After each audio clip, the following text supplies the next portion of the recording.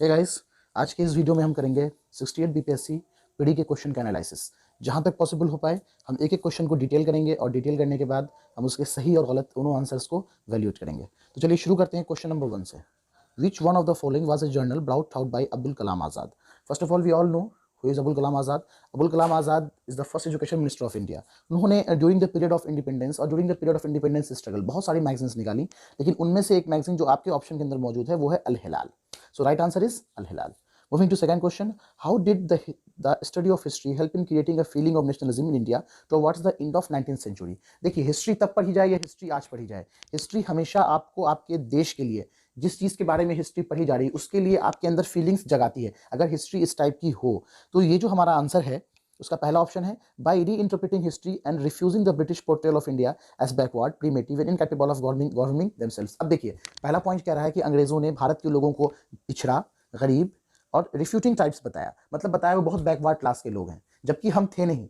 हम we are Royals, हम Royals थे और हमें ऐसा बताया गया। तो इस हिस्ट्री से किसी के अंदर भी ये आएगा कि नहीं ये गलत है और इसको सही करने की उसक आएगी उनके अंदर कि हमें इसको ठीक करना है। Number 2, by writing about Indian glorious past and arguing people to take pride in their achievement.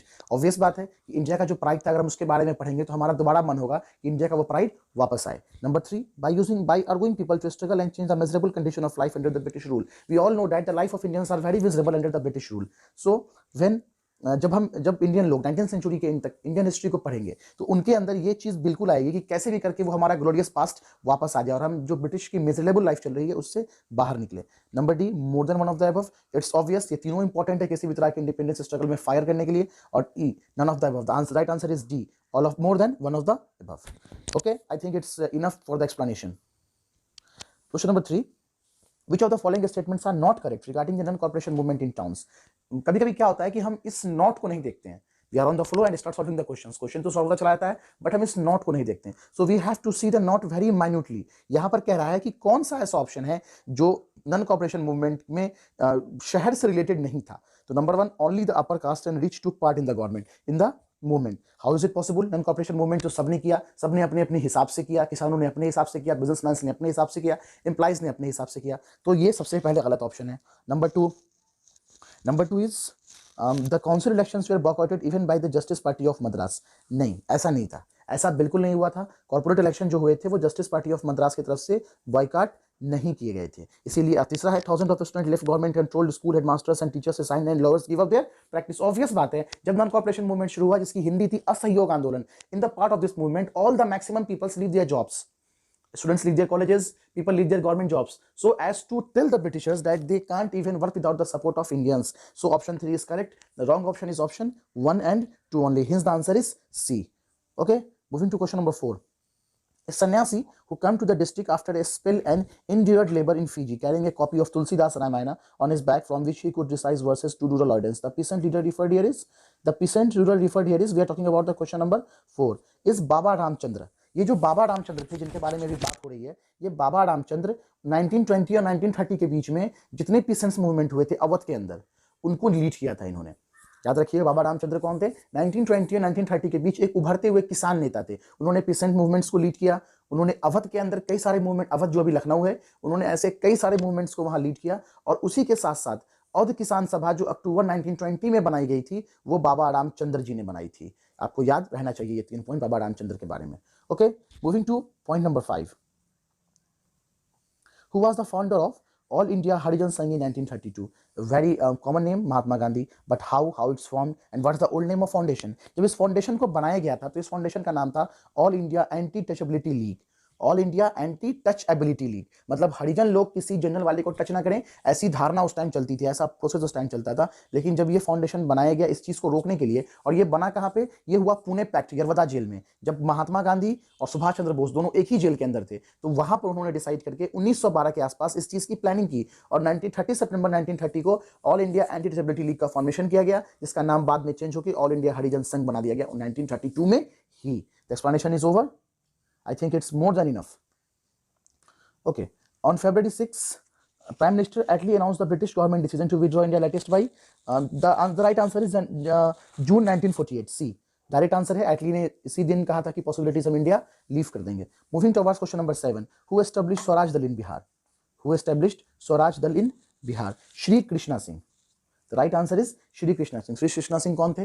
First CM of Bihar. ये चीज हमें अच्छे से याद रखनी है। अगर हम स्टेट पीसीएस दे रहे हैं वो भी बिहार का, तो हमारे मन में ये चीज होनी चाहिए कि who is the first CM of Bihar? The first chief minister of Bihar is Shri Krishna Singh. और इन्होंने बिहार स्वराज पार्टी की स्थापना इन्होंने नहीं की थी, ध्यान रखिए इस पॉइंट को। स्वराज पार्टी की स्थापना मोतीलाल नेहरू और सीआर दास ने की थी, लेकिन जब स्वराज पार्टी को बिहार लाया गया तो उस बिहार के स्वराज पार्टी, बिहार के अंदर स्वराज पार्टी या स्वराज दल की स्थापना करने वाले कौन थे? Shri Krishna Singh. Right answer. Moving towards question number 8. During the salt satyagraha in Bihar, in addition to making salt, people choose to oppose the government by opposing which tax? No one. Salt satyagraha directly referred to salt tax. No other tax will be refused on that time. Okay. Now, elected government of Bihar formed by Shri Krishna Singh resigned in February 1998 for which reason? The direct reason is for the release of political prisoner. क्यों?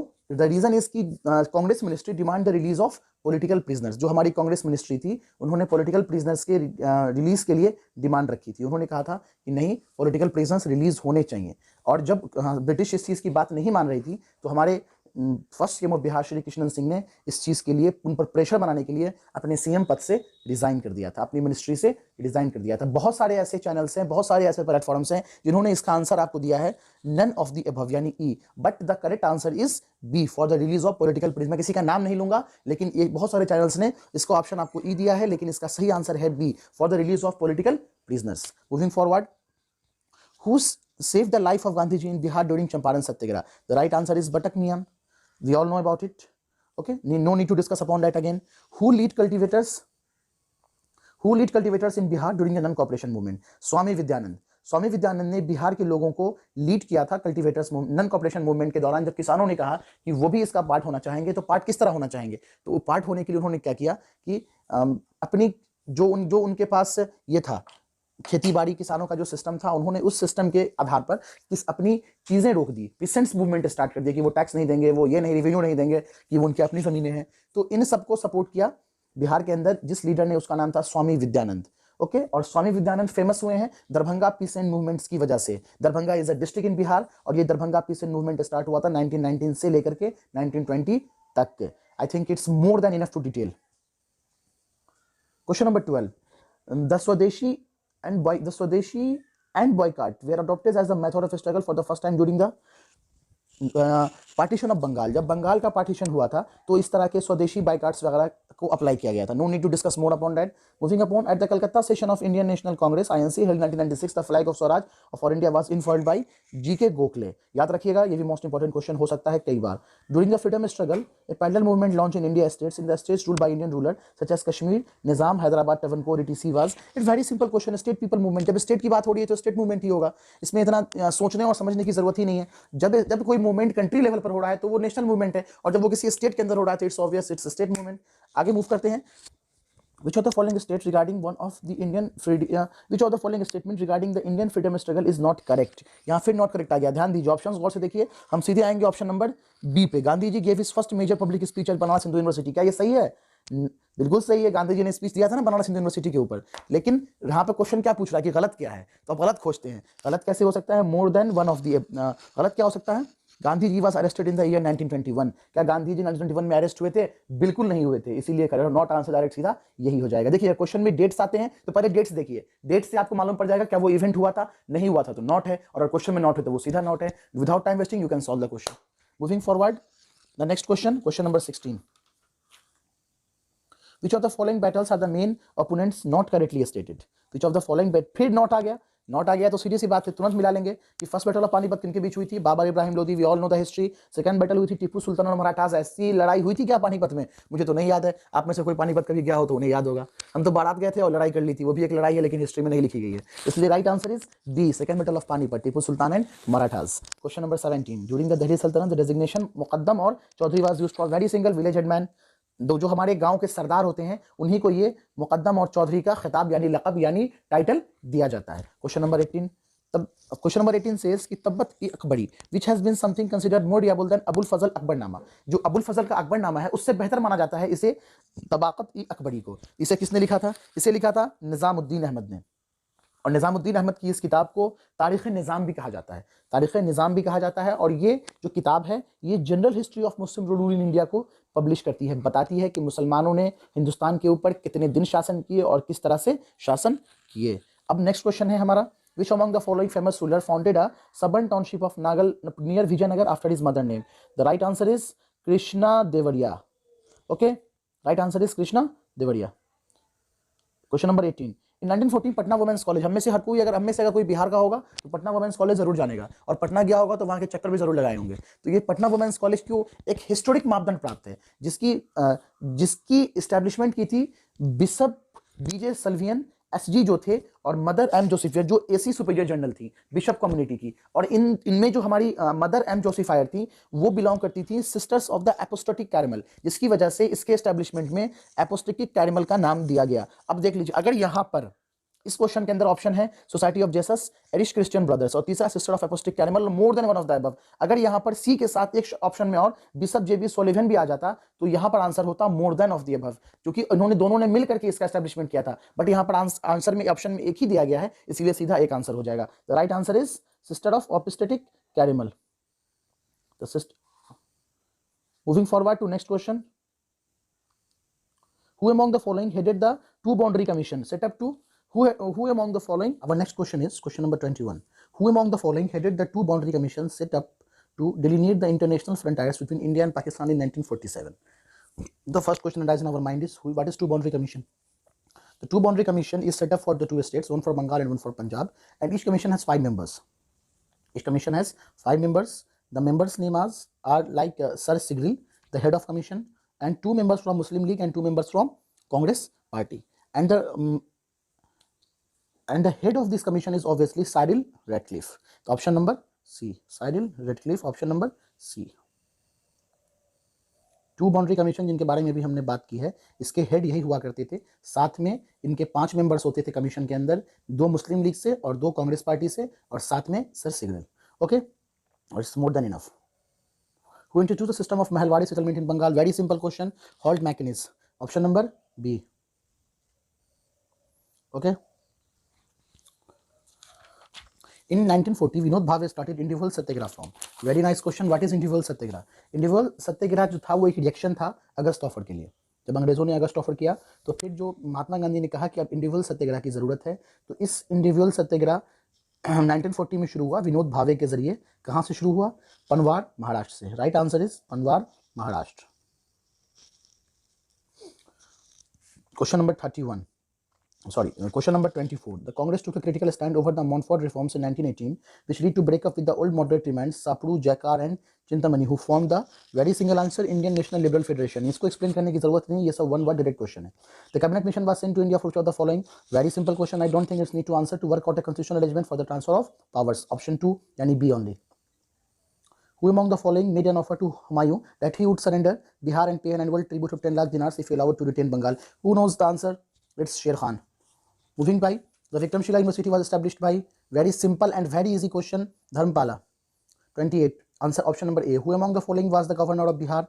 The governor of Bihar was Sir James David Sifton. But here comes but. Who was the first governor of Bihar? Which Bihar?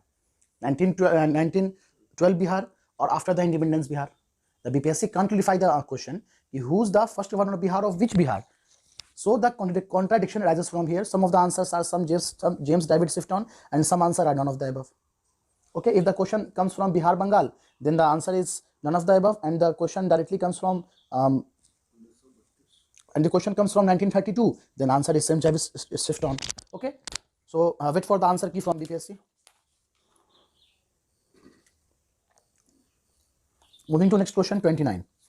Who was the author of Mahatma Gandhi and Bihar? Some residents, obviously Dr. Rajendra Prasad, and we all know who is the Dr. Rajendra Prasad. Question number 30. Who is the oldest church in Bihar? Padri Ki Haveli. Very simple and direct question. 31. The late actor Kumudlal Gongli, also known by his stage name Ashok Kumar, was born in which of the following cities of Bihar? The very right question is from Bhagalpur.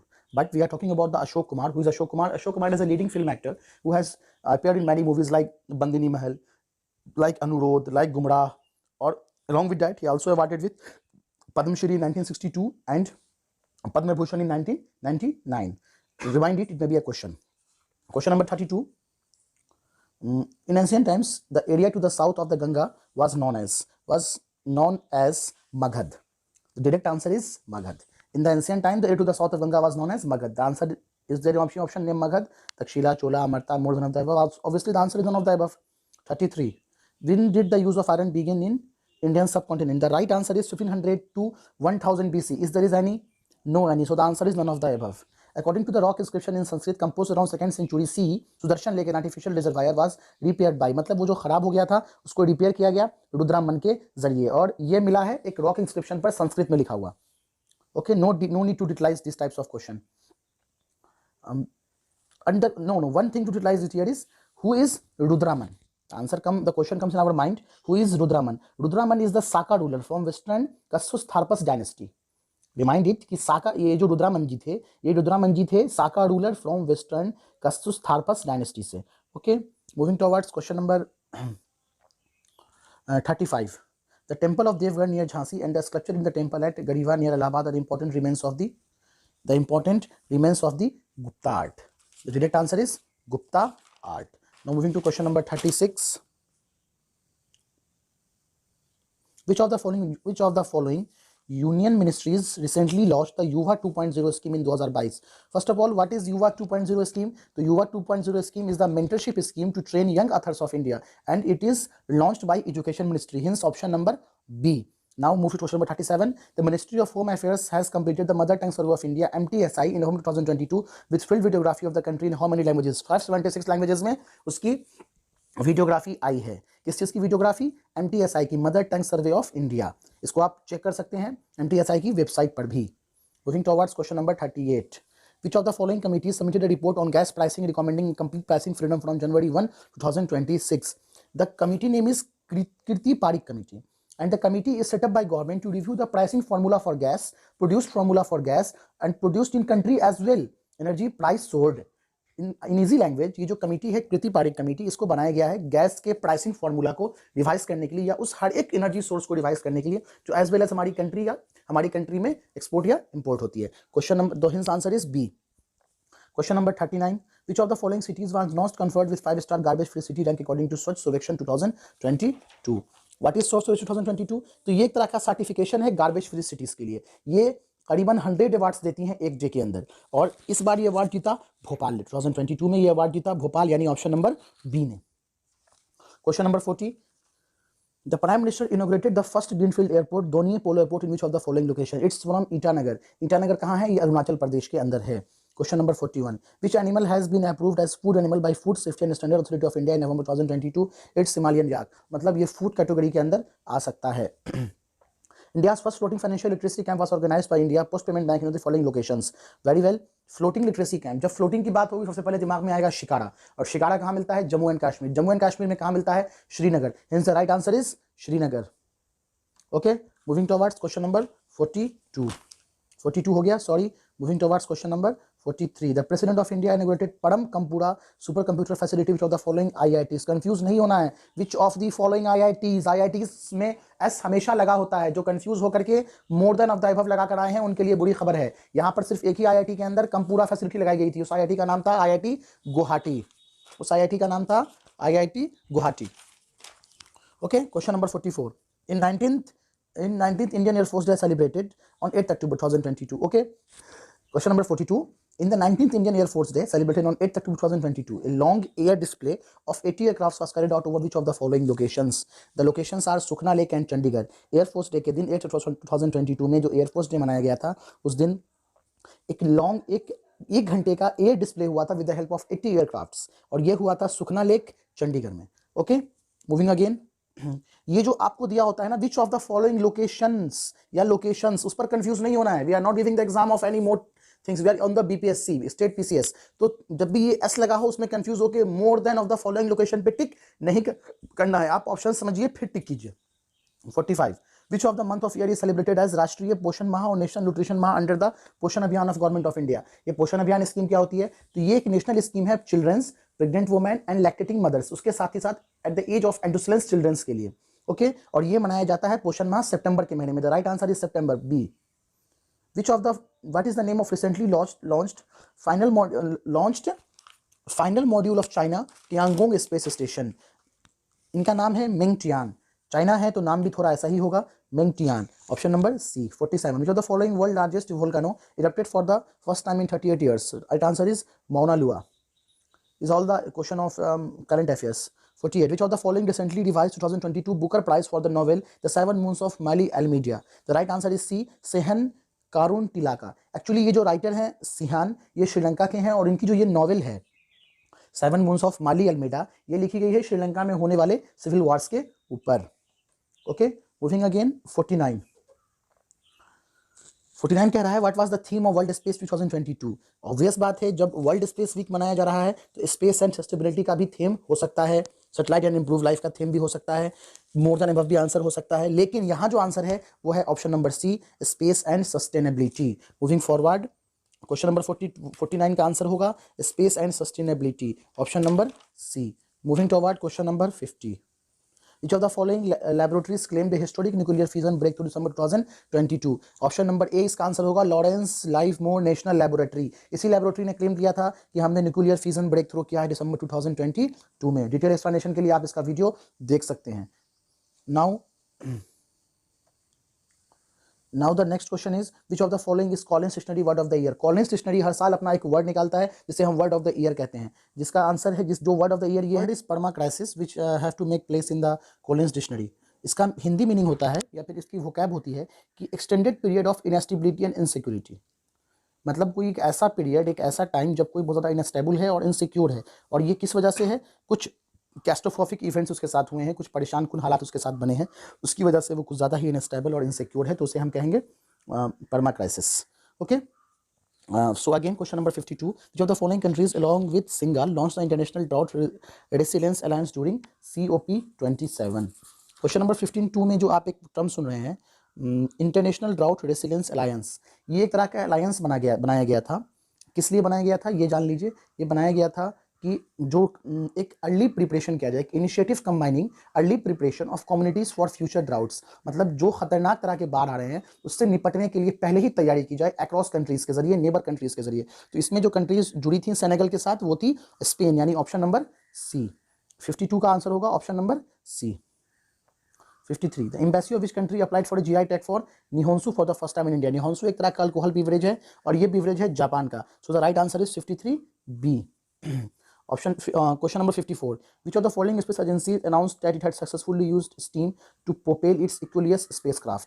Equuleus spacecraft जो है वो एक तरह का nano, जो ये Equuleus spacecraft है वो नैनो, ये जो है ये नैनो सैटेलाइट है जो 64 क्यूबासेट के जरिए बनाया गया है। एक तरह का नैनो सैटेलाइट जो 64 क्यूबासेट के जरिए बनाया गया है, जिसका काम ये है कि measure the distribution of plasma that surrounds the earth. So the right answer is SUPARCO. SUPARCO company है जिसने ये बनाया था, ऑप्शन नंबर बी। एजेंसी कही है उसको, कंपनी कहना ज़्यादा मुनासिब नहीं होगा, space agency. Okay, question number 55, what is the name of Tesla humanoid robot launch in October 2022? Tesla की बात आती है तो सबसे पहला नाम भी दिमाग में आता है, वो आता है इलॉन मस्क का, और we all know that the funny man Elon Musk. So the right answer is Optimus, not Optimus Prime from the movie, what is the name of that movie, I just forget it, जिसमें वो बड़ी बड़ी गाड़ियाँ इंसान बन जाती हैं, transformer. Not from the Transformer Optimus, it's a different type of Optimus. Moving toward question number 56. The first floating solar power plant has been built at which place in Bihar? The Bihar में सबसे पहला floating power plant कहाँ लगाया गया? The answer is Kaidrabad, Darbhanga. ये एक तरह का फ्लोटिंग पावर प्लांट है, सोलर पावर प्लांट है, जिसकी कैपेसिटी है 2 मेगावाट, और इसको बनाया है BREDA ने, Bihar renewable energy development agency के जरिए इसको 2 मेगावाट के कैपेसिटी का सोलर पावर प्लांट बनाया गया है, जो तैर रहा है, फ्लोटिंग है। कभी मन हो तो देखने आइए।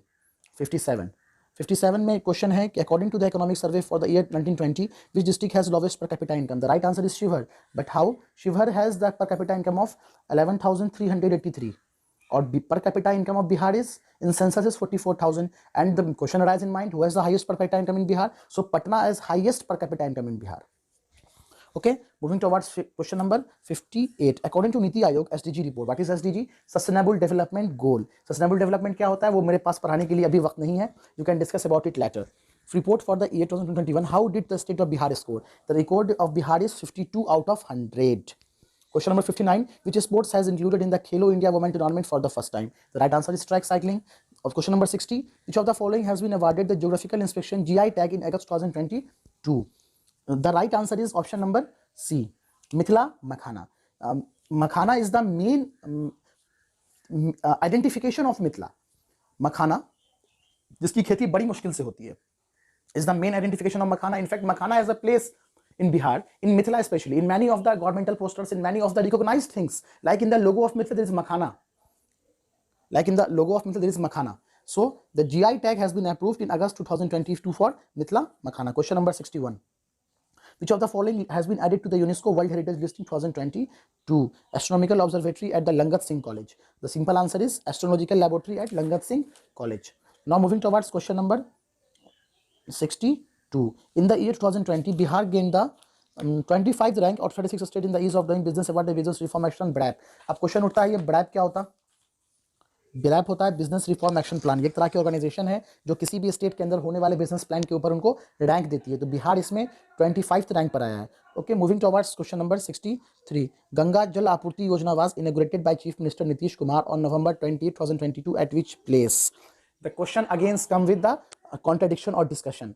ये जो गंगा जल आपूर्ति योजना है, इसका इनॉग्रेशन 27 नवंबर 2022 को नालंदा राजगीर में किया गया था।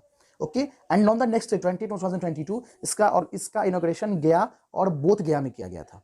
Many of the channels claim that the answer is Rajgir, but Rajgir comes under Nalanda, and the inauguration at Rajgir Nalanda is done on 27 November. But our question comes from 28 November. So the right answer is Gaya and Bodh Gaya. So the right answer is option number C, Bodh Gaya. And for the correct explanation, you can go through the state website to make it clear. And question number 64. Which of the following association board declared equal pay for men and women paid in 2022? It by board of cricket control for India, BCCI ने claim किया कि अब women's और men's cricket दोनों में जो पे veg होगा वो सेम होगा। It's a very nice initiative step by BCCI to empower the women's cricket. Question number 65। Urbanisation in the states has increase very rapidly in the last 10 year. Obvious है, urbanisation state के अंदर increase हुआ है बहुत तेजी के साथ पिछले 10 सालों में। According to 2011 census the level of urbanisation in Bihar was just -% which has increased to -% at present। जो 2011 के सेंसस में निकाला गया वो था 11.3, लेकिन अभी जो है वो है 15.3। तो एक भारी स्केल में चेंज आया है अर्बनाइजेशन में। अर्बनाइजेशन क्या होता है मुझे बताने की जरूरत नहीं है, ये आप लोगों को खुद ही बहुत अच्छे से आता होगा।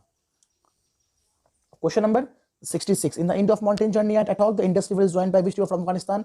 अफगानिस्तान की बात आ रही है तो काबुल याद आएगा ही आएगा, और अगर ऑप्शन में काबुल है तो सीधे काबुल पे टिक कीजिए बिना टाइम वेस्ट किए हुए। So the right answer is option B, Kabul river.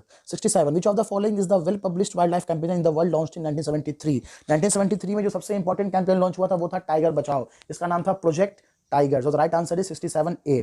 Question number 68। Which of the following statement is true about troposphere? Troposphere के बारे में यहाँ पर जो ट्रू स्टेटमेंट है वो जो है टॉप मोस्ट लेयर तो ये है नहीं, टेम्परेचर हाइट के अकॉर्डिंग यहाँ इंक्रीज होता नहीं है। हाँ, इसकी एवरेज हाइट 13 किलोमीटर है, तो ये स्टेटमेंट यहाँ पर सही हो सकता है। So the right answer is C, the average height is 13 kilometre. Now it's 69। The southern continent broken from Pangaea is called? It's very simple and clear, Gondwana land. No need to discuss more upon that. 70। The Arctic region and the Antarctica continents are under. ये जो इससे पहले मैं एक point बता दूं आपको, question number 69 जो हमारा है, ये क्वेश्चन नंबर 69 आपको, ये जो क्वेश्चन नंबर 69 है ये इसका एक एक्सप्लेनेशन आपको कहां से मिलेगा? कौन बुक थी ये 11th की ब्लू कलर? हाँ, class 11th NCERT physical geography. ये जो क्वेश्चन नंबर 69 है इसका एक्सप्लेनेशन आपको चैप्टर फर्स्ट में ही क्लास 11th की ज्योग्राफी की बुक में मिल जाएगा। For any doubt consult the book. NCERT पर रखिएगा तो बहुत काम की चीजें देखने को मिलेंगी। 70। The Arctic region and the Antarctica continents are situated near the north and south pole. It's obvious है, Arctic region and Antarctica continents कहाँ लोकेटेड है? ये नॉर्थ एंड साउथ पोल पर ही लोकेटेड है। Now moving towards question number 71। Which of the state of India have common border with Myanmar? It's single Arunachal Pradesh, Nagaland, Manipur and Mizoram. Okay, question number 72. Which of the following is the world highest region from marine biodiversity perspective comprising 21 islands? 21 islands with stairs, beaches, forest and near shore environment, sea grass, coral reef, salt marshes and mangrove. तो घूमने की जगह हो गई, यहाँ आपको सारी चीज़ें मिल रही हैं। The right answer is gulf of Mannar and gulf of Mannar biosphere reserve. कभी छुट्टियां मिले, तैयारी करते करते इस कंपटीशन की दुनिया से बाहर निकलने का मन हो, तो gulf of Mannar biosphere reserve आप घूमकर आ सकते हैं। ये वो जगह है जो 21 आइलैंड को एक साथ कंप्रोमाइज करती है, जहां आपको पूरी पूरी सी लाइफ देखने को मिलेगी। The right answer is a gulf of Mannar. Option number 73. Which of the climate region do Uttar Pradesh and Bihar fall as per Koppen classification scheme? The question arises, what is Koppen's classification scheme?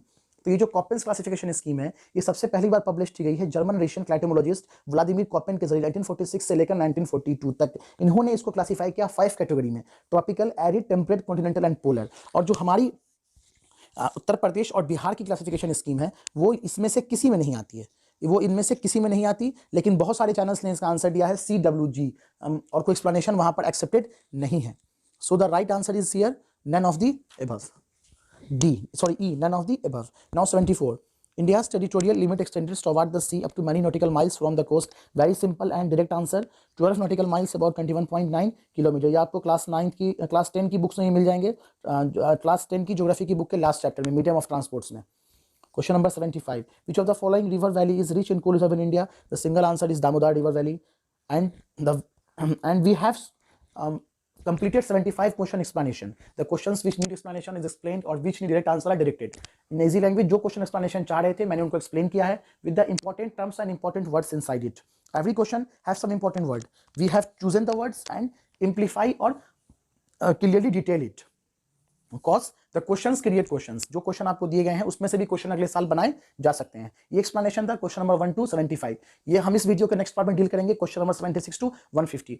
Wait and be patient for the next video. जब तक के लिए आपसे विदा लेते हैं, good bye.